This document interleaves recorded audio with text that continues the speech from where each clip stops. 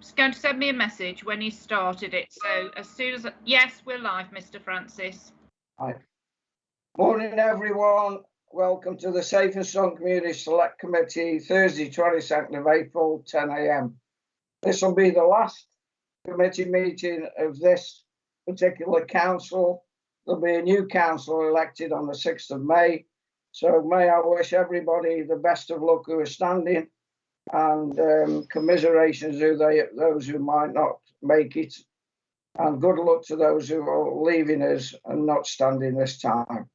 So good morning, everyone. Apologies, please. We have no apologies forwarded, Mr. Francis. Declarations of interest? No. Thank you. Minutes of the previous meeting, can I sign them as okay? Has everybody read them? Yes, Chair. I'll second them, John. Second, please. Green, Chair. Thank you. Everybody happy with that? Yes, Chair. Yes, John. Item 4 is contextual safeguarding of vulnerable adolescents, pages 7 to 12. This is a report coming to us as the end of the council. Who's going to present the report? John, I'll do an introduction if I can. Yeah, okay, Mark. Just bear with me 2 seconds until I get things up on my screen. So good morning, everyone. And as the chairman has just explained, the first item today is contextual safeguarding and vulnerable adolescents, and this links to the second item as well on the agenda. So both items well placed around the same the same issues. So it's good that they're here together today. So in relation to the first item, I've got here today Hazel Williamson, who's the head of Youth Offending Service, and Chris Healy, our Assistant Director for Specialist Safeguarding, who will go through the actual report itself.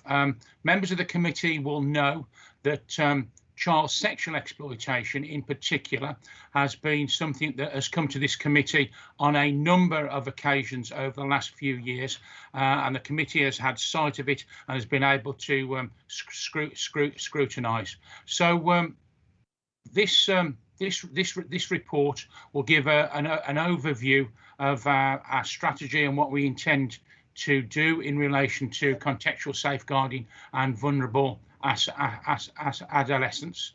It details a little bit about the strategy and the training and development that's taken place, and specifically a little bit around the multi-agency child exploitation panels, known as the MACE panels, of which I've attended a couple to see how they operate, and then finally moving forward and our next steps. So, Mr. Chairman, if you will allow, I'll hand over to Hazel and Chris to take you through the details of the report, if I may.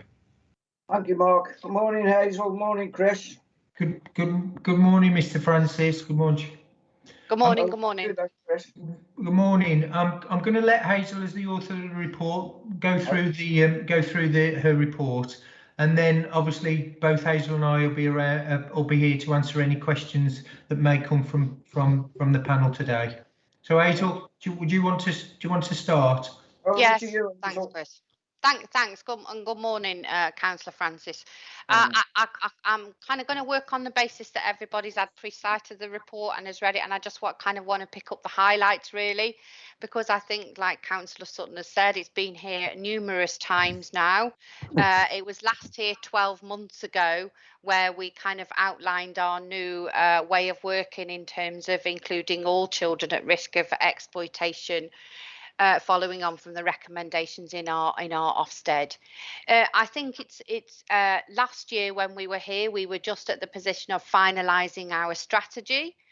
The strategy for child exploitation is now finalised and signed off formally by our safeguarding board. The strategy was planned to be officially launched kind of in the spring of last year, but obviously COVID hit us, so that put us back slightly. We have had since then an official launch date in December, and then also we ran another event earlier this year, really well attended by all of our partners.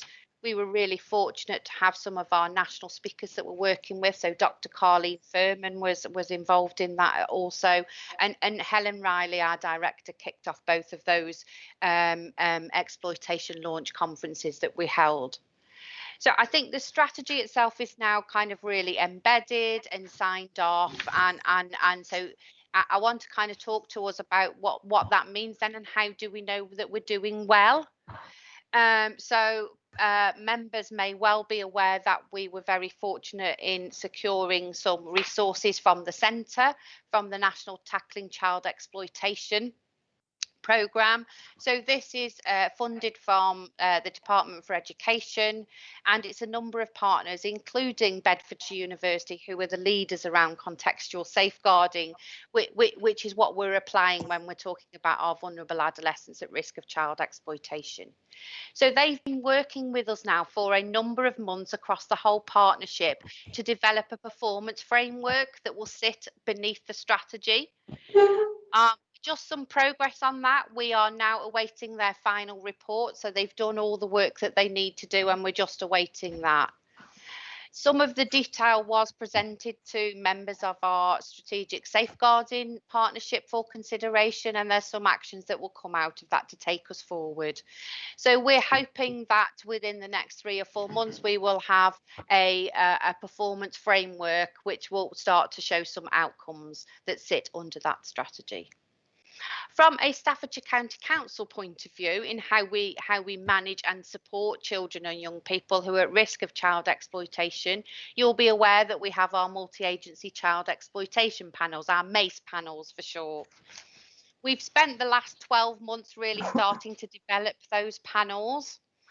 And I think one of the kind of the real positives of those panels is the effective mapping that we're able to do. So we're able to identify those that are causing harm to our children and young people.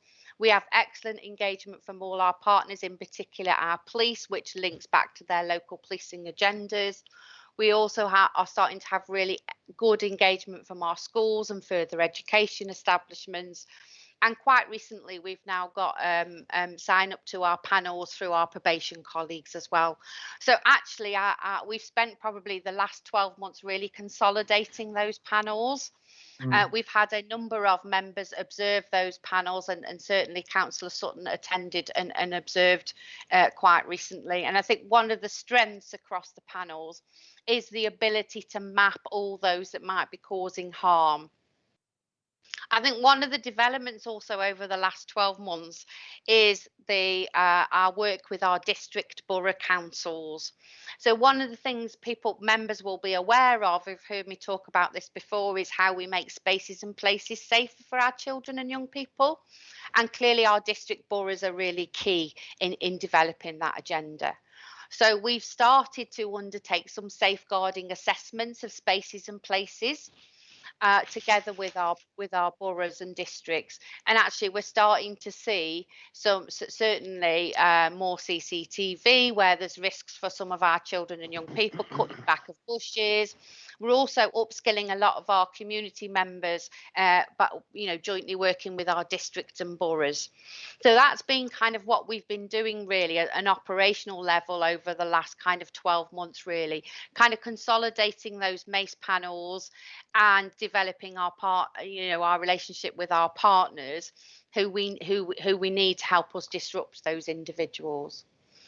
In terms of performance, you would expect, as we would expect, that numbers have increased that we see at our MACE panels, and that's because we're not now just considering child sexual exploitation, but we're considering child criminal exploitation. I think in terms of what we're starting to see, we are starting to see some risks reduced for our children and young people. We have had work jointly with some of our partners where we've been successful in disrupting some of the adults that are causing harm to our children. And I think in terms of where we were, when Ofsted made that recommendation, and their recommendation was quite specific that whilst we had a robust approach to CSE, it was less developed in terms of child criminal exploitation.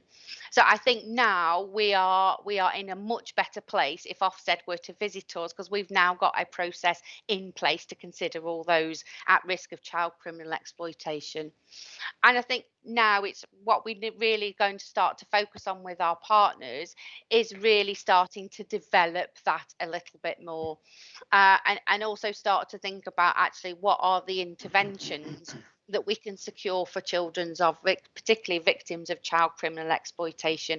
And I know that that will follow neatly into the next presentation and report, so I won't steal the thunder from our next speakers on that. But I would just kind of say really over the last 12 months we have just spent time consolidating and securing our MACE panel so that they are fully functional and operational, and we're starting to see some of those results. So I'm hoping once we get the details around the performance framework that sits under the strategy, we'll then really start to demonstrate the positive outcomes. I think that's a very good presentation. It's really good, Hazel, to be quite frank. And I mean the multi-agency child exploitation panels, the MACE, that Mark has already alluded to, that he's attended a couple. I'd like to attend a few of those, subject to me being elected, of course, but I'd like to attend a couple of that. I mean, I think that's a really good move forward, and from what it says and from what you just explained, I think the impact of the panels is having a significant difference in it. Yes, we're really starting to see the risks reduced for some of our children and young people, absolutely. And we're starting to see us effectively disrupt some of those adults that are causing harm to our children and young people. And we're by no means at the end of the journey, absolutely. We are on a journey as a partnership because child criminal exploitation is new for some of our partners, but we are certainly in a much better place than we were 12 months ago when we were very, at the start of that journey. So reading this, have the partners taken everything on board then, and they know exactly what we're trying to achieve here? Absolutely. All partners are signed up to the strategy, and we've got engagement across the whole partnership at our panels. That's brilliant. Anne? Thank you, Chairman, and good morning, everyone. My question really is, how do we, looking at the bigger picture, how do we stop these social media sites? My granddaughter was telling me the other day about a social media site. I won't say it in public because I was absolutely disgusted by what she told me, and I'm thinking to myself, this is not, this shouldn't be happening. What can we do to stop this? It's absolutely terrible, and I wonder if we've got a stronger voice anywhere that we can stop some of these sites, because I will talk in private about this site but not in public. I was too disgusted. Thank you. You're right, and social media is having a huge impact on our children and young people, and the issue is we constantly get new sites that pop up all the time, and children are always going to be ahead of the game in terms of technology than us. But actually, we're working really closely with our police colleagues. We're getting communication out to our parents as and when they pop up, and that's kind of all we can do. We're trying to upskill some of our parents to be alert to that. We've done some whole session training with some of our practitioners as well around the use of social media and upskilling some of our parents. But it's technology will always be ahead of us, won't it, Anne? Yeah, and we're also working with the schools as well, Anne, in terms of getting that that message across to children, and any sites that we consider to be, placing our children at risk. But in terms of stopping them, there's very little. The genie's out of the bottle, I'm afraid. Yeah. The genie is out of the bottle, and there's no way you're going to put the cork back in.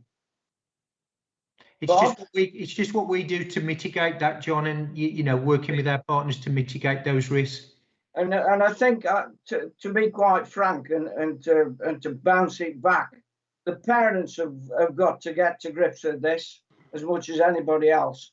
And I know how vulnerable children and the parents of those vulnerable children have got serious issues.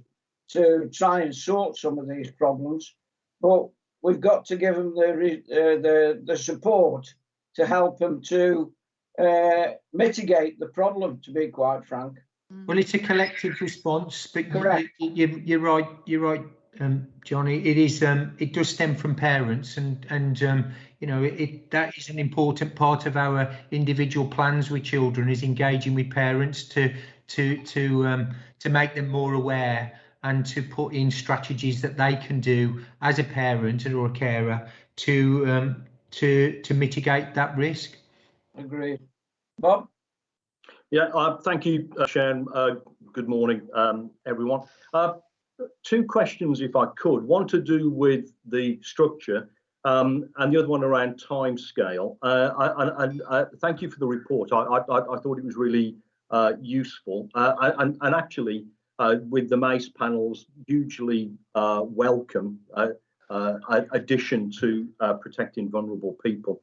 And members will recall that when we discussed this probably 12 months ago, there was a feeling that at both ends of the sort of vulnerability spectrum, there were those young people that were going missing from home that were being dealt with by Catch 22. And at the other end, there was a domestic violence initiative trying to identify some of those young people that were exposed to potential domestic violence. And the council, I think quite rightly so, would outsource both of those two functions to different people. And there was a real concern about whether we were joined up enough. And members will remember that as good as Catch 22 were and still are, I assume, there didn't seem to be much in the way of referrals, and they were making decisions on their own. Given the Ofsted criticism of not being joined up back in 2019, the first question, I suppose, and I'm sure we're going to point to the MACE panels, and as I've said, I think that's a hugely welcome addition to this process. Are we confident that we are now better joined up than perhaps we were back then? And also the second question, just around timescale. I know that, Hazel, you talked about consolidating the MACE panel, but if you look at paragraph 20, and we talk about for the next 12 months, we're going to be raising a professional awareness and encouraging people to spot the signs. That is now like 2 years on from the Ofsted report. So the second question is, are we confident that actually we're moving quick enough? Should we be beyond raising awareness now? Should we be doing something other than that? Thank you. So I was just going to take your first point. I would say that as well as the lead for contextual safeguarding, I'm also the operational lead for missing, and I've had a number of conversations with our commissioning colleagues around that, and I'm not going to steal their thunder because I know that's in their report in terms of the progress around Catch 22. But I would say from my point of view, actually there is better linkages across that, and actually Catch 22 are there at all of our MACE panels, so we're able to identify the missing episodes that link in with the child exploitation concerns. But I will let our other colleagues talk about that within their report, because I think they address that within their Councillor Spencer. Hazel, before you move on to the second part, can I just add to that as well that those professionals that are closely aligned to those children presented at MACE panels actually attend and present their own reports. So in terms of linking in, if a child is open to our early help service or our social care service, those that have responsibility attend MACE panels, they present their information and they gather other information from those professionals that are attending. So we guarantee that there's a linkage into other professionals around the disruption for the vulnerabilities for that young person, and that disruption and those recommendations that are taken from the panel are then brought into a child's individual plan. So that's how we're bringing that back and making and joining up all of the information from other partners. So we're ensuring we've got that link. Can I just ask a question on that? Because when we've got all the partners involved and we're coming round a table, it upsets me sometimes that I go to quite a few meetings and half the partners don't turn up. And you can't engage if you don't turn up and you're not getting the correct information. Are we guaranteed that the partners will always attend? Over these last 12 months, Chair, the use of digital technology has increased that dramatically. So, you know, our MACE panels, given the nature of the work that are discussed at MACE panels and the number of children that we're hearing, can be quite lengthy. So it is a real time commitment for our partners. Yeah. But actually, how we've developed our digital platform over these last 12 months, it's really enhanced the take up of our partners. But you're right, you know, without the partners being around the table, it's very difficult to start joining up the work across the multitude of agencies that are working with children and families out in the communities. Well, thanks for that. Yeah. The second point around raising awareness, Councillor Spencer, I think we always have to do that. We know that people move on, we have staff changes, and actually that's something we should do. I think one of the things that we are very conscious of as a partnership is once we get the learning and the development around what we've already done, how do we move upstream? So how do we start to recognise and upskill people to understand those really, really early signs of child exploitation before they get to the point where they're referred into our services. So I think that's what we want to do as a partnership over the next 12 months. So we will always need to raise awareness. We will always need to do that development piece, but we're starting to consider, based on the learning that we have, how do we get much more further upstream for our children and young people so it stops them coming into those more specialist services where they are actually at risk. We want to get them much earlier than that. So I think that will be a piece that we will always do, Councillor Spencer. I think in terms of have we done enough? We know that the numbers have reduced significantly coming into MACE panels. We are seeing schools referring really much earlier than they would have previously. But I think we want to get further upstream for our children and young people, and that's the bit that we really need to work on. I think almost continuously, based on the learning as we grow and learn and develop more. You want to come back on that, Bob? No, I find that really reassuring. Thank you very much. Paul? Are you there, Paul? Thank you, Chair. I'd like to first say thank you for what's been set up already. Having been dealing with these sort of issues for the last 39 years off and on, it's great to see we're moving forward. And really, the maths really is similar to what we've had with DASH and risk assessments in domestic violence over many years, and referrals to MARAC. So now we're doing the same for vulnerable children and adults and adolescents, sorry.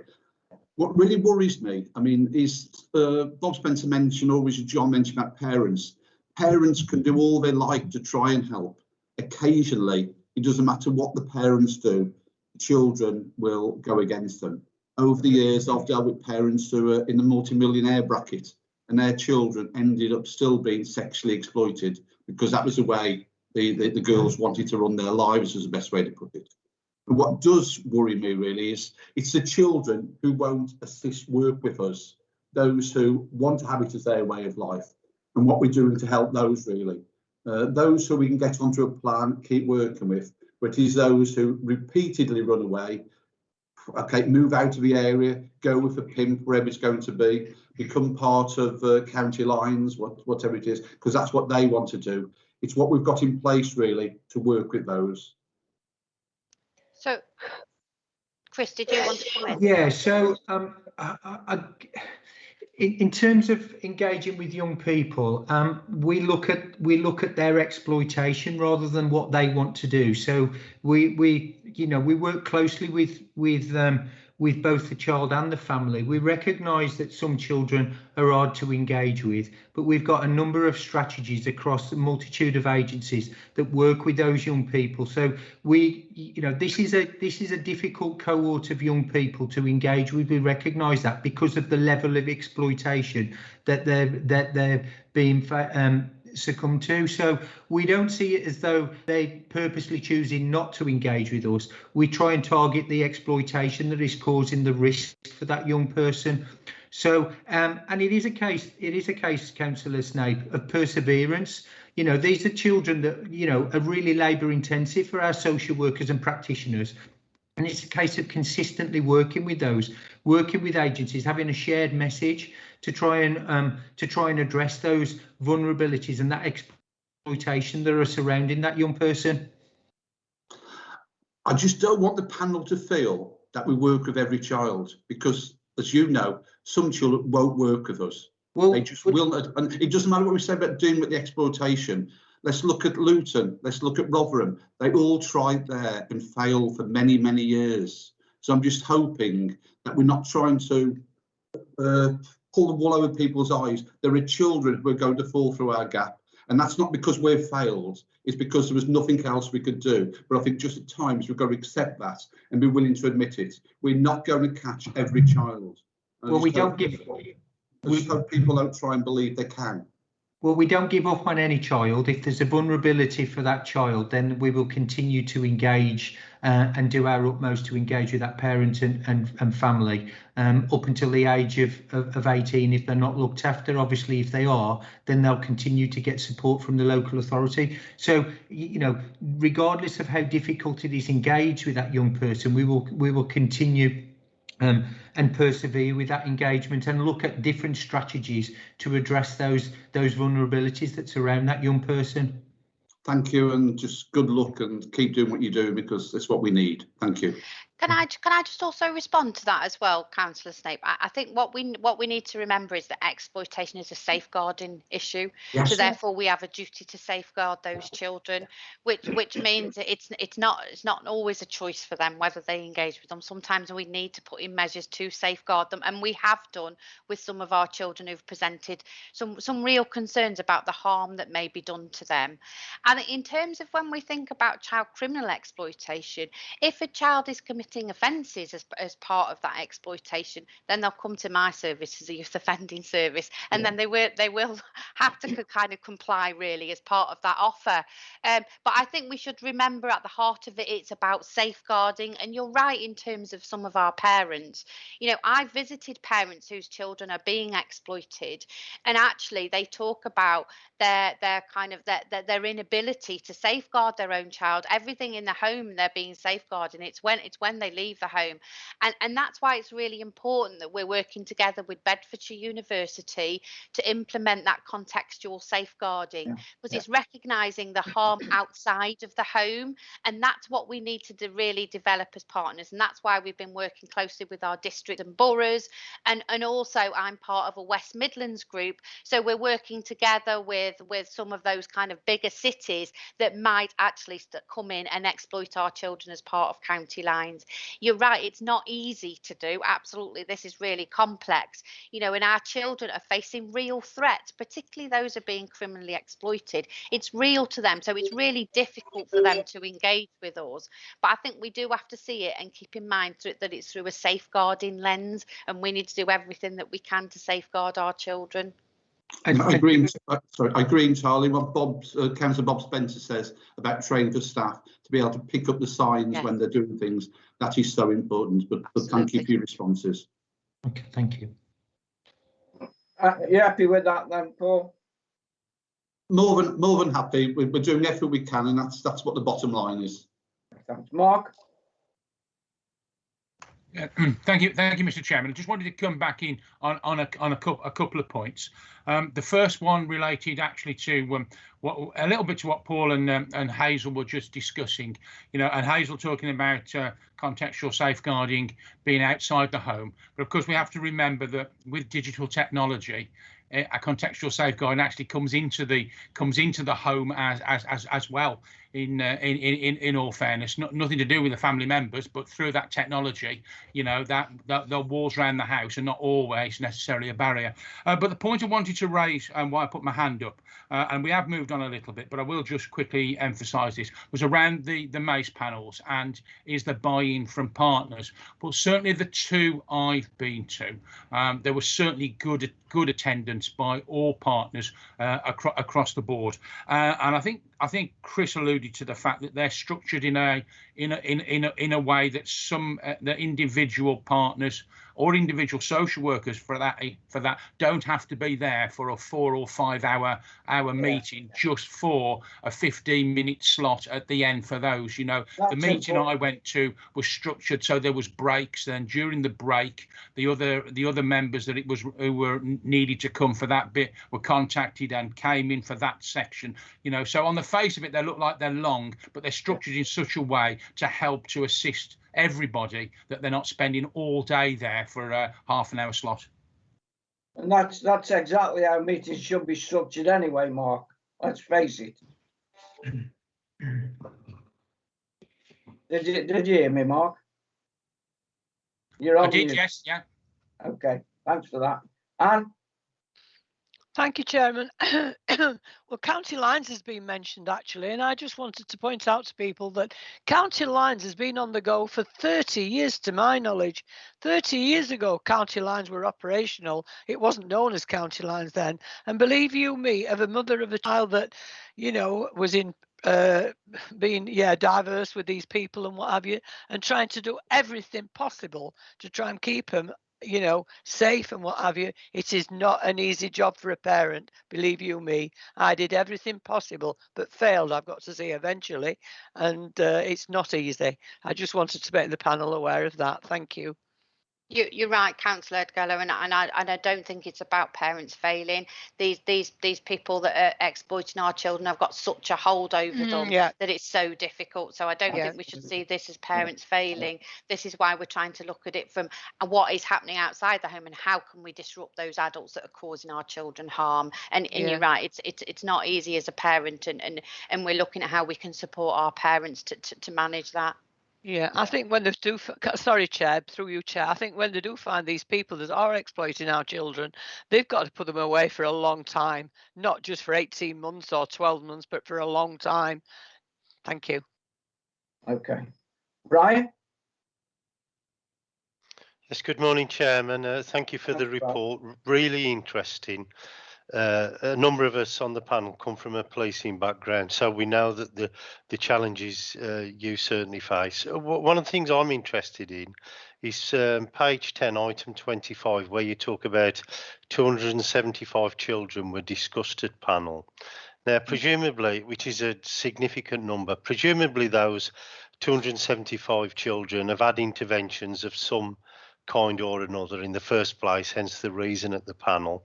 What specifically does the panel bring, or what kind of interventions can the panel bring that aren't able to be done beforehand, if that makes sense? I appreciate that's probably quite a wide question, but if you could help.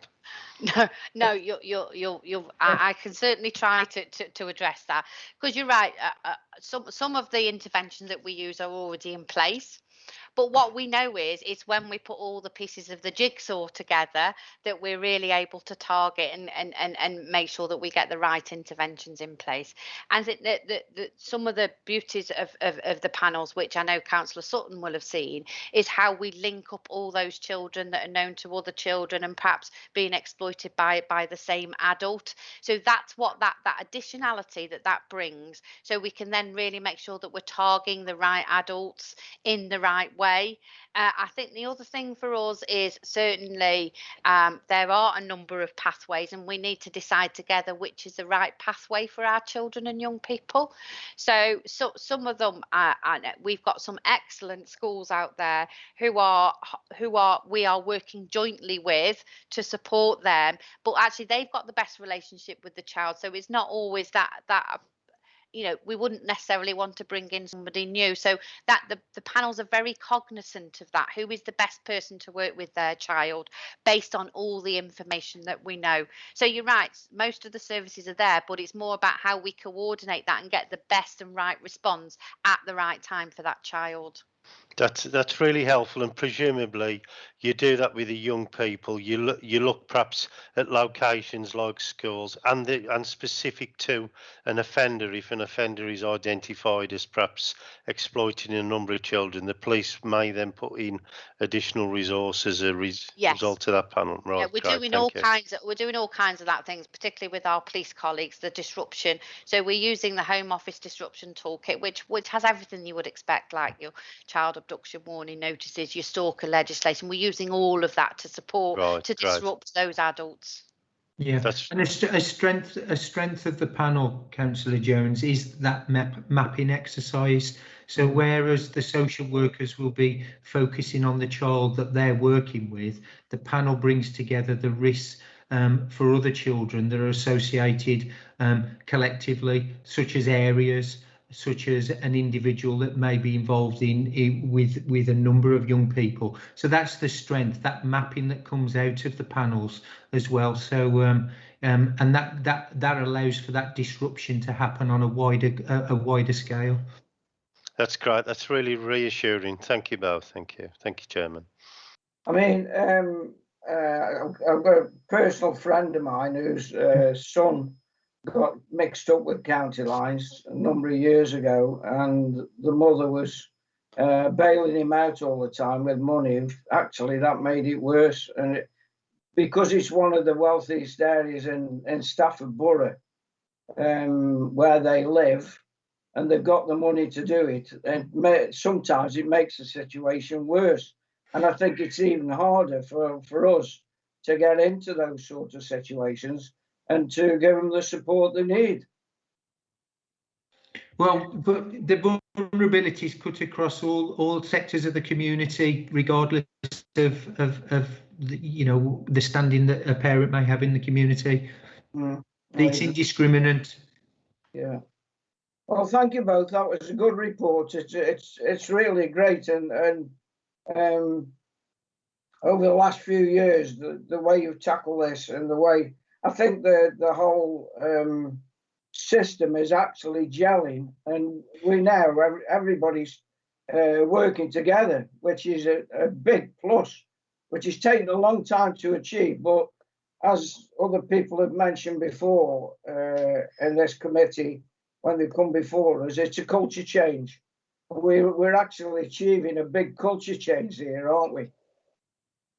Yeah. So it's both down to you, and congratulations on everything you're doing. And if you don't ever see me again, good luck and happy camping. Thank you, Councillor Francis, Thanks, and I'm sure we will be seeing you again. Have a good summer. Thank you. And have a good holiday as well if you can manage to get away. Thanks very much, you two. Thank you. Bye. Bye. Mark, over to you. Item 5, commissioning of child exploitation and children and young people missing from home or care. Over to you. Okay, John. Thank you very much. This report that you've just detailed follows on, I think, quite nicely from the one we've just heard about. So I've got Sarah Newton, Commissioning Officer, and Joe Sullivan, Senior Commissioning Manager, here to present the details of the report, which provides some background, some overview of the service, which is jointly commissioned by ourselves, the City of Stoke-on-Trent, and the Police, Crime and Fire Commissioner's Office. And it contributes to a whole system approach, as outlined already in the child exploitation strategy. It explains a priority around missing children, the child exploitation service, and details some performance analysis and then future commissioning intentions for both children who go missing and exploitation of children. So if I can hand over to John and Sarah to go through the details of the report, please. Morning, Sarah. Morning, Natasha. Morning, Joseph. Morning. Morning. Morning, Mr. Chairman. Thank you, Mr. Sutton, for that overview. I will apologise to committee in advance. I have had some Wi-Fi issues this morning, so if I do disappear, Not on your own, Joseph. I know that Natasha and Sarah will lead us through the conversation. So just really to give a little bit of an overview of the report, Mr. Chairman, building on Mr. Sutton's comments. It's a really good position to be with committee this morning to provide an overview to the Catch-22 child sexual exploitation and missing service. And I'm really pleased that we have followed Chris Healy and Hazel Williamson, who have given some significant context to child exploitation and contextual safeguarding more broadly. It's not my intention to go through the report in detail, but I will note that points 1 to 49 of the report particularly reflect upon the current Catch-22 child sexual exploitation and missing service, and throughout the commentary of that report it provides scrutiny with further updates in relation to the performance of the service, building upon briefings and full reports previously provided to committee. What I would say is that we continue to come from a strong basis. We continue to have a good performing service in Catch-22 that continues to develop and grows, which is reflected within the performance information. I'd also note that COVID-19 has, like the whole children and family system and all of our systems, has had a significant impact upon all service delivery. But Catch-22 working together with us all have significantly continued to deliver their services, but also test new ways of working. The report also acknowledges that the Catch-22 service is coming to its final year of delivery under the current contractual arrangement, and the reports from points 59 to 62 also outline detail in relation to the emerging commissioning intentions moving forward. And building upon the conversation that Hazel and Chris have just articulated, the report is seeking to provide an overview of conversations currently going on between Staffordshire's Commissioner's Office and the City of Stoke-on-Trent. Those conversations are enabling us to think about our commissioning intentions for the future, and emerging from those conversations is a real focus on our need for a service that has three particular components: a child exploitation service that seeks to deliver services and support relating to all child exploitation presenting issues. So currently the current service relates to child sexual exploitation primarily, but the new scope seeks to bring in scope a range of other child exploitation factors as well, which are outlined within our strategy and builds upon Hazel's commentary. The second part of the service is a lived experience service. Emerging nationally is an evidence base around the delivery of lived experience mentors to effectively engage with some of our most challenging children and young people, to support young people to engage in service delivery moving forward. And the third component of the service is the statutory functions relating to missing children and return home interviews. I would just say before I open for comment or questions is I do recognise that committee previously have highlighted the need for a fully integrated model and ensuring that our relationships and information is shared. We've come a long way with our commission providers, and building upon Hazel's commentary, through the MACE panels and our joined up thinking, the Catch-22 service is now fully integrated in those MACE panels and also our networks of sharing information. This does mean that the service does not operate in isolation, and it does operate as part of the broader child exploitation and missing system and the children and family system as a whole, and really to acknowledge the efforts of all officers and our Catch-22 provider in achieving that to ensure that we are joined up. I'll leave it there if I may, Mr. Chairman, and happy to expand on any points or respond to any particular questions. Thanks, Joe. Mark? Yeah, just very quickly, Mr. Chairman. I just want to apologise for not introducing Natasha as well. I misread an email she sent me this morning. I suppose I read what I thought it was going to read and not what it actually said. So obviously Natasha's the Assistant Director for Commissioning. Well, you're sacked. Fortunately, John, that's not in your remit. Good, it's a good job. Bob? Yeah, thank you, Chairman. Again, congratulations on the report. I thought it was really helpful. A couple of questions, if I could. When we, I know that we had a presentation from Catch-22 probably 18 months ago now, and I hope I speak for all the members who were there when I say that actually we were very impressed with how they carried out their return to home interviews, particularly around the sort of tenacity that they were showing about constantly trying to make appointments, being flexible with young people. And they rightly boasted success rates. So I think it was around 80%. I'm not 100% sure of the figures, and please don't quote me on them. And that was against a backdrop of a national figure of around 30%. And I think that we were all really reassured by that. I suppose the question really, though, is that if you look at paragraph 21, and South Staffs in particular, just coincidentally happens to be my area, there seems to be this discrepancy between notifications, and if I just use South Staffs, in Q3 there was 61. We offered 39 return home interviews, only 18 were taken up.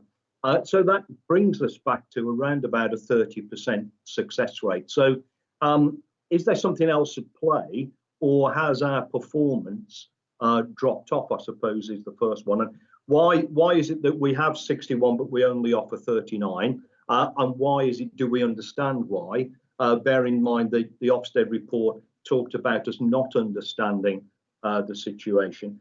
And the second question really also is about paragraph 25. When we talk about these young people that go missing on a regular basis, I think you refer to them as the 5+ and 9+ group. And again, many people on the panel have a policing background, including myself. And we used to look at these things in what's called a Pareto analysis, you know, that 80% of the problems caused by 20% of the people. Do we see that here? If we do, is that what is detracting from our performance? And also, are we doing anything extra around these people who go missing on multiple occasions?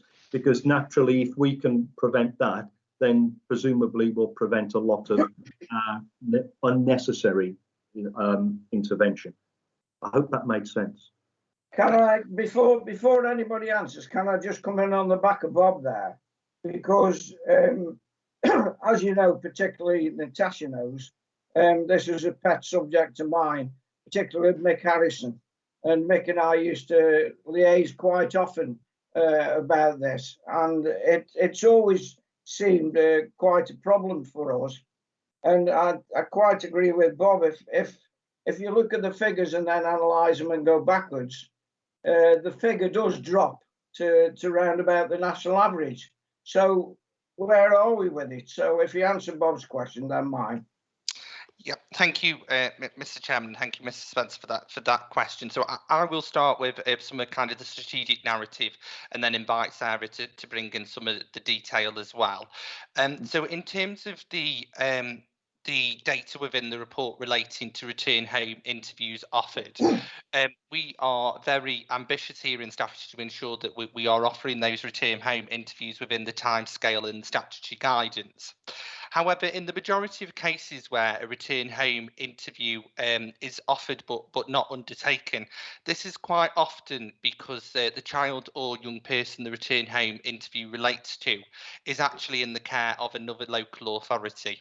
So the child is placed here in Staffordshire in a foster or a children's residential home, and they have a missing episode, which is obviously reported through our local processes and systems. The statutory guidance allows for that local authority to make the decision about whether they take up the offer of the commissioned locally provided Catch-22 service, or they seek to deliver that interview themselves. In many cases, local authorities do opt to undertake and facilitate that interview themselves.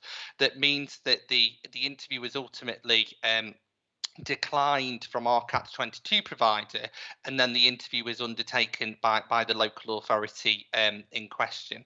But before I bring Sarah in, I'd also just really kind of note within that as well, as we start to look at the commissioning and the emerging intentions, that is an area that we are seeking to look at. So currently all of our data and the data which is reported to you as members brings together all of that data, which includes young people who are placed in our area through care arrangements. What we are seeking to do is ensure that that data is distinct, it's very clear, so that we can clearly monitor the performance and understand the implications for the cohort I've just referred to. We are also talking to colleagues across the West Midlands about their approach to undertaking return home interviews, and about whether there is more work we can do to encourage other local authorities to use our locally commissioned service to inform our local system, or there is opportunity for us to think about our processes. So I just wanted to reflect a little bit on the strategic context, but I will bring Sarah in, who stays very close to the detail, exceptionally so, and may be able to want to add additional comment to the questions posed. Sarah, if that's okay. Yeah, hi all, thanks Joe. Obviously picking up on the kind of reference to children kind of living within Staffordshire that are placed here by other local authorities. Joe's already made reference to the fact that sometimes that presents challenges to our commission provider, because it's out of their hands. They still receive the police missing notification because that child's gone missing here in Staffordshire, but their hands are kind of tied slightly if the local authority decides that they either want to do that or use their own commission provider to provide that return home interview. The reason why we have obviously then a significant drop is that one, particularly in South Staffordshire, we have a really high number of Chickler young people living in that area. So I think up to say 600 plus missing episodes that take place throughout the course of a year might relate to Chicklers. And if you imagine that a significant portion of them again are kind of declined a return home interview from Catch-22, then it affects the overall service stats for that area quite drastically. The other thing to note is that where obviously Catch-22 have received that missing notification, they either have made the offer of a return home interview and it's been declined, or they've been told not to make the offer at all by the local authority who have care responsibilities. They don't then often, and sometimes nor do we as a local authority, receive the return home interview that's been carried out. So it looks, if you like, that no return home interview has been done, but very often we don't know whether one has taken place or not. Picking up as well on the point of kind of, I suppose, return home interview rates versus missing episodes. The other point to make is that obviously we do have repeat missing young people that go missing very quickly in quick succession, and by the point at which a return Catch-22 are able to contact the individual young person, make arrangements for a return home interview to be done. Often, there could be 3 or more missing episodes that have taken place within that time span of the first, kind of notification and the point at which they go out and do that return home interview. So whilst the return home interview rate looks like 1 return home interview has been done, Catch-22 very professionally and as you say, kind of tenaciously, will try and cover absolutely every missing episode within that return home interview, to make sure that the young person's had the opportunity to outline kind of the details of each of those missing episodes, and that we've been able to be made aware of the risks that or any risk that might kind of be attributed to those. So there are cases where we've got those young people kind of repeatedly going missing in really quick time spans where they are only looking like they have 1 return home interview, but there's multiple things covered within that. And then lastly, picking up on the intervention meetings, the 3, 5 and 9 kind of intervention meetings. Now they're kind of set in place really as a safeguard. So where we've got young people that go missing either 3, 5 or 9 times within a 90-day period, we have a responsibility to bring a partnership kind of strategic meeting really together to start to look at, you know, why have those missing episodes taken place, to deep dive those return home interviews really, and to start to think about what can we do to reduce these incidents and reduce any risks that are associated with them. So what we've seen is that in Staffordshire, the average kind of missing rate would be between 2 and 4, and we're seeing really kind of positive results therefore for that first, you know, 3 in 90 intervention meeting that's taking place, having great effect. So we, you know, hopefully we're starting to disrupt and prevent young people kind of continuing to go missing, you know, frequently from that first intervention meeting. And that's, you know, that's something that I think we're definitely getting better and smarter at, and, you know, we're fine tuning as a process. And that leads on from the first report, doesn't it, really? Absolutely, yeah. Are you happy with that, Bob? Chairman, yes, I think certainly the second part there about that really encouraging news about how we are tackling those people who go missing on a regular basis. Again, I think that's incredibly useful. Can I just make a point then about the data? Given the role of this panel is to scrutinise and to hold people to account, of course, and if we're presenting data that there are multiple variables to that none of us really understand or appreciate, then with all due respect, it makes the data meaningless, doesn't it? Because we don't know the background to that data.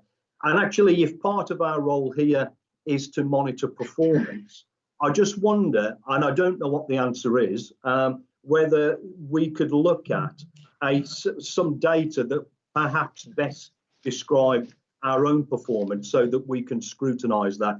I accept all the arguments that were made about you know, people outside the area and everything else, but so many variables makes the data that you present useless. Sorry, I don't mean to be rude about that, but I think given our role as scrutinisers, we ought to have something that we can have some confidence in, that we're actually measuring our own performance and making a judgment on that. And I just wondered if there was an opportunity for us to give that some thought, maybe for the future. But other than that, no, thank you very much. And to be quite frank, Bob, that has been brought up before, that we need more clarity on the data and the figures that actually correlate with each other, so we actually know what we're looking at. And it is very difficult for members to get to grips with some of this data and to actually realise what it's saying. It's very difficult for us because, I mean, we're not professionals, so except in our own field of work that we used to do. So it does need to be made more clear. And I think, if I remember, Joe, you were working on that a year or two ago, weren't you? So in terms of, I know that Natasha's indicating, Mr. Chairman, so in terms of the data and the intelligence, we can absolutely look to ensure that in future is reported to that way in scrutiny, and we will take that away. In terms of just kind of building on Mr. Spencer's point, because of comments from this scrutiny committee, in the commissioning scope that's going forward, we are actually completely restructuring the way we report against missing children and child exploitation more broadly, to ensure that scrutinisers such as yourself are able to fully scrutinise that intelligence and data. So with the assurance to this committee today, we will absolutely be ensuring that going forward through that commissioning arrangement, that data and intelligence is delivered in that way. I will note that whilst I'm fairly new to the kind of child exploitation and missing world from a commissioning perspective, the way that the data systems and intelligence have been set up previously, it's been very difficult for colleagues to present that data separately, which is why it's taken time. However, we are now at the best possible point, and we have been very clear with partners that we are seeking to restructure the way that we collect that data in the future, and we are currently doing that detailed work as well. So I fully accept the comments of members today, and I do recognise Natasha's indication as well, and may want to add to that a little bit more. Can I just add to that? I suppose There's two parts to it really. So you're absolutely right. We can do something in future in terms of the commission intentions and structuring the data so that it's fit for purpose and so that it enables members to do what you need to. I suppose there's another side of me that thinks actually in the interest of transparency, this is a really complicated subject. And although we can do everything in our power to make that as simple as possible, what we don't want is to not make that transparent with members around actually the complexity of that data. So actually, as Sarah has described, really, there are a lot of children in our care, and it's quite right that they will have their visit from the person who's working with them all of the time. And what we don't want to do is under-report, really, the significance of that missing episode. So I think it's, we take your point and we will absolutely do something to try and make sure that the data is presented in such a way, but we don't want to, I think, avoid telling you the enormity of the scale of the issue that we're dealing with. So I suppose what we need to do, I think, is add an extra layer of that data really that gives you that, and actually what does this look like for this service? So we can absolutely do that for the next time we come, because I think we'll start to be in that process. So yeah, I don't want to mislead members by not showing you what actually is happening at the same time. I mean, to be honest, Tasha, it's a warts and all scenario, isn't it? We've got to see warts and all, the good, bad, and the ugly, if you like. And one of the ugly things that has cropped up over the years is care director and the input of the information and the output of the, pardon my French, rubbish that might come out of it, or it's not correlated. Where are we with that now? As part of the children's transformation, there's a piece of work looking at systems and processes, John. I think we're in a much better position in terms of data than we have been for a long, long time. I think there's still work we could be doing from a commissioning team's perspective. My ambition is certainly that we have a performance management framework that allows us to get underneath some of this data better. But I imagine as we start to move through to that children's transformation, that'll be something we pick up. I suppose from our perspective, I think what Bob Spencer's asking for is for that layer of data that says actually outside of that's without our control, what does the data look like from our service perspective that would probably more accurately report the hard work that Catch-22 are doing, and I certainly think that that's something we can build on without having to get into the complexities, hopefully, of how care directors set up. Well, you know, it's my pet subject, and I've had a go at you over the years through it. Are you happy with that, Bob? Yes, thank you. I think hugely encouraging. Again, I don't want it to detract from the fantastic work that's being done, but it is about more to do with what our role is and how we scrutinise, and if we don't have the data, we can't. But as Natasha just described, there was an absolutely perfect description of what we're looking for. So thank you very much. I mean, I do like the chart on paragraph 42, page 19, the Manhattan chart, and the young people being safe is 80+%. That's brilliant. That is. I think that's a big achievement, and even the other ones that feel it, they're follow on from it, feeling and behaviour, friends, confidence, self-esteem. It's quite good, isn't it? It's quite positive, that is. I think you've done a great job on that. Anything else we need to know, Mark? So thank you, Mr. Chairman. Just coming in on the back of the discussion that started after Bob's question about the data. What I'm keen to ensure is that the children that are not in our care but live in Staffordshire, and that might not always be short term, that might be long term. That is in effect when you're looking at children that potentially might be sexually exploited, it's sexually exploited or exploited in any other way. That's potentially could be happening in Staffordshire. So having that information is as much important to dealing with the issues as if it was a child that's actually within our care. So the situation that we have, where you might have a residential children's home where a group of children go live there, a couple go missing. One might be a Staffordshire child, one might not, and then the interviews, the return home missing interviews, done by different organisations. What I'm keen to ensure going forward is that we are able to, if possible, ensure that we get that data and that information and that intelligence, and that we are able to, you know, learn from that and put that into the system. So it's all taken into account. And that has been a challenge, you know, certainly for the last 5 years since I've had this role. Just thought it was important just to add that you know, that's still important going forward. And to be quite frank, in the 12 years I've been doing this off and on, that has always been the bottom line. No, to be quite frank, the data's got to be accurate enough so that we can make informed decisions. And we can't make informed decisions if we're not getting the right analysis in the first place. Are you there? You're going? I am, yes. Heard what you had to say, yeah.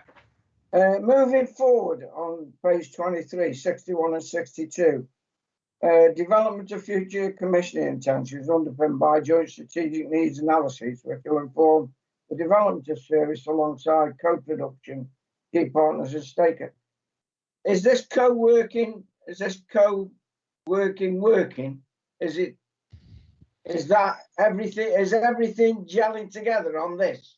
So yeah, so just to come in there, Mr. Chairman, so we have a joint commissioning group that includes the key partners who are the commissioners, but we also through we have a joint working group across Staffordshire and Stoke-on-Trent that is primarily focused on child exploitation and the delivery of the child exploitation strategy. There is an incredible amount of work, as Hazel and Chris reflected upon, which is in enabling us to take that forward through our commissioning arrangements. We have a very close working relationship with the three partners, and we are meeting very regularly, at the moment weekly, to work through the strategic needs analysis and the needs of Staffordshire and Stoke-on-Trent to ensure that we get the right service in place that takes the learning that we've established over the last 5 years and takes that forward moving forward. As always, as we work in a partnership landscape, we obviously will continue to have different views on particular subjects, but we work together to ensure that we can reach consensus, and we're building really upon where we've been in the last 5 years. So from our perspective, we've worked very closely to develop the emerging scope. We are continuing to work very closely, and as the report recognises, Staffordshire for the next phase of the commissioning exercise is taking the lead and is leading the joint commissioning group, which is enabling us to bring that partnership together and facilitate and support that partnership as well. So we're feeling really quite positive about it, Mr. Chairman, as we move forward. But as always, this is not an easy subject matter. It's complex. It's a complex partnership arena, and we're definitely working through that as we always have been, Mr. Chairman. Tash, did you want to come in?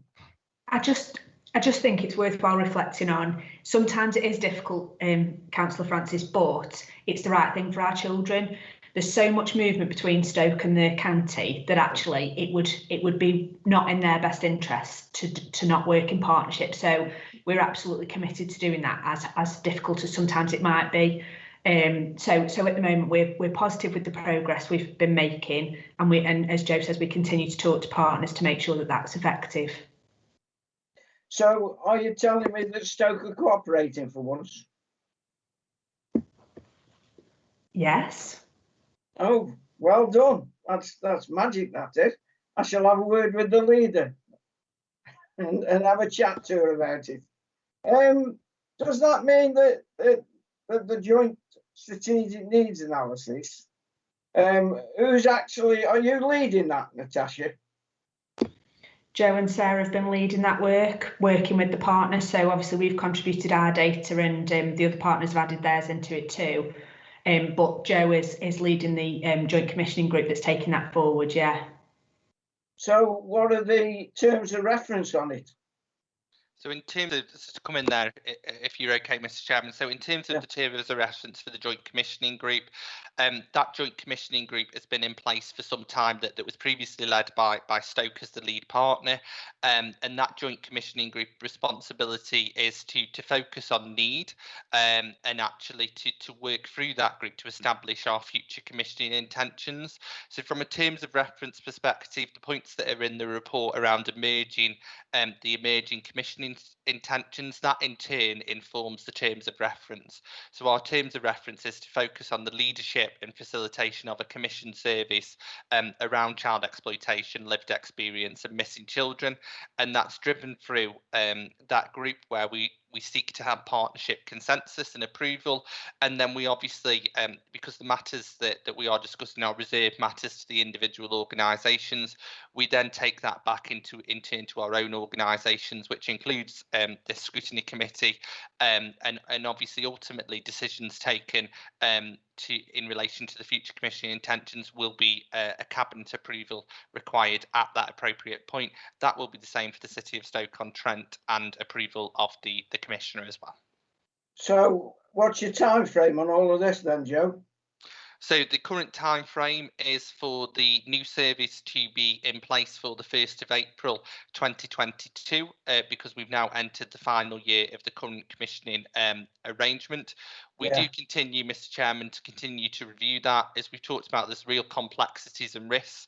What we won't do is jump to a new service or redesign service if it's not the right time, but our timescale is to seek cabinet decisions and agreement over the summer, moving into that commissioning process as we move into the winter, and then with the new service live on the 1st of April 2022. Currently, we are on track with that timeline, and we are working to that project plan. Thanks, Joe. That's excellent. Any further input from you, Mark? No, Mr. Chairman, I think that's been, you know, a detailed report, and I haven't got anything further to add. Thank you. Anyone else want to ask any questions? Well, thank you all. Excellent. It's a really good report, and it's lovely to see we're making good progress. And I think to be quite frank, the Children's Improvement Board and the way the children's services are moving, as I alluded to earlier, as a culture change, is actually very refreshing and great to see. So thank you all. I think you're doing a great job. Thank you, Mr. Chairman. Might see you next year or might not. Have a good summer. Take care of yourselves. Thank you, Mr. Chairman. Thank you. Thank you. Bye. Bye-bye. Bye-bye. Bye. Right, Alan, over to you, work programme. Thank you, Mr. Francis. So the work programme, as you can see, most of the work completed already, and you've got a summary at the side there of what was done as a follow-on from the meeting. There are a couple of items that are ongoing, and also I've been contacted about a new item on community support, including domiciliary care and one-to-one intensive support for children with disabilities, as a pre-decision item for scrutiny. Obviously, these are all items that will need to be considered post the election, once we know what the remit of the committees are and the membership. So those will be carried forward for discussion after the election, for inclusion on work programmes once we know how things are sorted. Okay, anybody got any input they want to put anything on this programme? No? I think it's difficult really with the elections, John, because it could be a completely different committee, couldn't it? Well, it will be probably, Mike. Yeah, so I think we best wait and see, don't you? Yeah, I agree with you, Mike. Right. I think the officers do an excellent job, I have to say, on safeguarding. So I think they all deserve a round of applause for the work they're doing. Because the committee hold them to account, Mike. Well, absolutely. And we've got a good chairman who doesn't leave anything amiss. We've got a good committee, anyway. Mike. We've got a good committee, Mike. It's a pity some of them are leaving. Hello, Anne. Hello there. What I'd just like to suggest probably on the work programme, when the new committee forms, I think it would be good to have some training for the committee or the new committee, or even those that are still now, if we're lucky enough to be on this committee again. Because, you know, when you read through, there's all these acronyms and you have to think about what they are, and then that sometimes that that program, it's changed the name to something else, and you think, oh, that's a better name, and yet they still referred to as the old acronym. Yeah. So really and truly, and it's such an involved committee with children and everything, I think we should have a committee like regular updates and training. So I don't know what anyone else thinks, but I agree with you. I absolutely agree with you, and I've made my point clear on that we do need extra training as far as the acronyms and anything else that they put on the verbiage. I've asked over many years for a legend to be put in the paper somewhere that you can refer back to, but it's never happened. But we'll see what we can do. Yeah, and I know it has to be like report spiel, but sometimes it would be so much easier to bring it down to. Sometimes you have to read this twice and 3 times to understand. You're right. You're right. But so if it was just a normal spiel, we would get it straight away, wouldn't we? And that, to me, that is part of the training that I'd like to see. Thank you, Chair. Brian? Where are you, Brian? Yes, Mr. Chairman, I've turned my camera off and lowered my hand because I think what you've raised is exactly Nan's just raised there, exactly what I said about corporate parenting panel. I came in as at a by-election, so I never had the original training anyway, but nothing equips you for the acronyms. Right. So actually every single committee should have that, because let's face it, professionals working in their area of business every day will use those acronyms and they're second nature to them, but to also just step in once a month, it's really difficult. So I think that's something not just for this committee, but across the breadth of the council, John. Yeah, cheers. I agree. Thanks, Brian. How are you, Ron? How are you? You're on mute. You're on mute. You're on mute. You're on mute. You're on mute. He's not on mute, Mr. Chairman. His microphone's not working. Your microphone's not working. Yeah, well, I've unplugged it now, so can you hear me now? Yeah, I can hear you now, Ron. Okay, well, I'll shout up because it's difficult to. Anyway, in respect to what Anne said, you'll remember when we had a pre-chairman's meeting that it's not only about the new committee, which then sort of needs training for the future, and obviously that we can make the progress which we've made over the last 4 years, which, as you sort of said, I'm very, very pleased with the progress which has been made. Yeah. But what's more important is that it's no good just the committee then sort of going through for the next 4 years, understanding what's happening out there.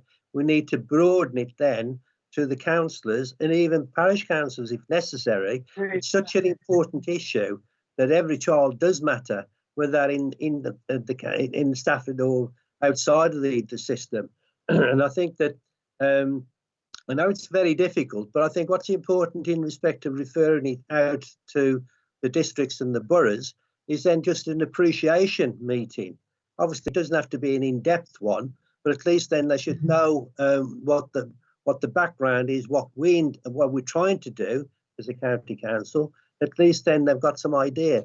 If that's not fed back, because as Anne said, there's such a lot to pick up. Sometimes you have to read twice in order to formulate some questions. And really speaking, we need then other people to understand and to broaden it as far as we can. And I think in the long term, this will definitely be for the benefit of the children. I'm very sorry that I won't be here next year. Yeah, I'm very sorry as well, Ron. I really am sorry that you're not standing, to be honest, and not being on this committee if we all get elected. Yeah, well, as I said, it's not by choice, but again, that's something which happens to all of us, I'm afraid, sometimes. But that being the case, but I've really enjoyed it. I very much appreciate the support, and from all of you, the chair in particular, and I think it's been a very, very good working relationship, and I think we've achieved a lot. But there is more we can achieve, especially with communications, whether it be between the partners. Outside of the Staffordshire setup, communications is a big issue, and I think we need to concentrate on that as much as possible. But thanks very much for all your help anyway.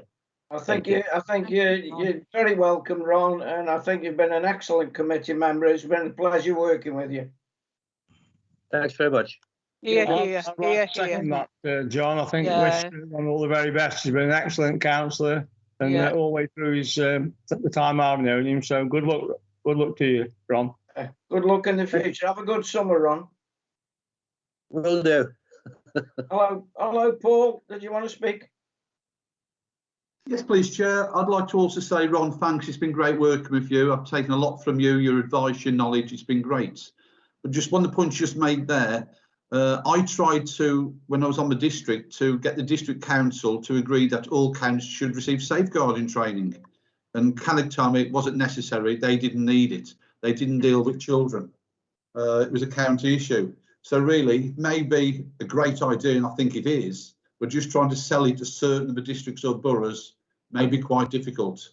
We've had a great discussion this morning, but one of the big things is picking up contextual safeguarding where it's happening. It's happening in McDonald's, it's happening outside Pizza Hut or wherever it is, Cannock Town Centre, Stafford Town Centre. If people don't know the signs, we're never going to be able to really stop it, because the eyes and ears of the public are really what's going to stop this happening, not just us doing it, but the public assisting us and reporting what they see.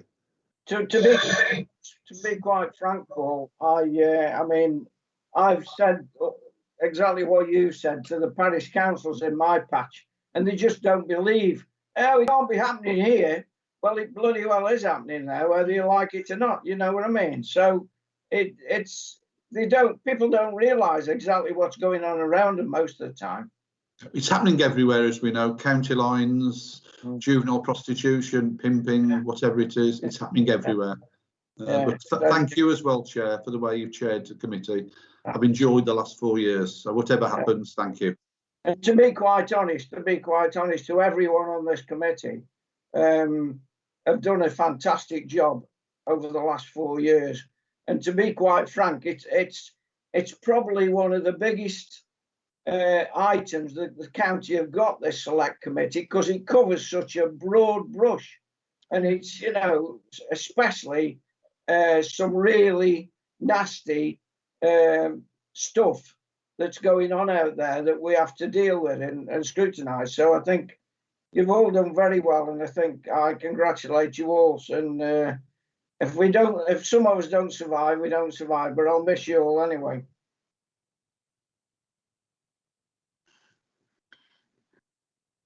So goodbye, everybody. Have a good summer. Look after yourself. For those who are standing for election, good luck. Thank you, Chair. And those who aren't, commiserations, I'll miss you. And also thank you to Helen for everything, because she's kept it all on track. Thank you. Yeah. You've had some difficult times, Helen, and you've had to take over the reins yet again. You know, where we had scrutiny officers, and you've ended up sucking the brush. So we'll try and sort that out after the election. She keeps us in check, though, John, doesn't she? Yeah. She tells us where we're going wrong. You're all very welcome, and thank you for this morning. Well done, Ellen. Well done. Thank you. See you all. Good luck to you all as well. Bye. Bye. Bye.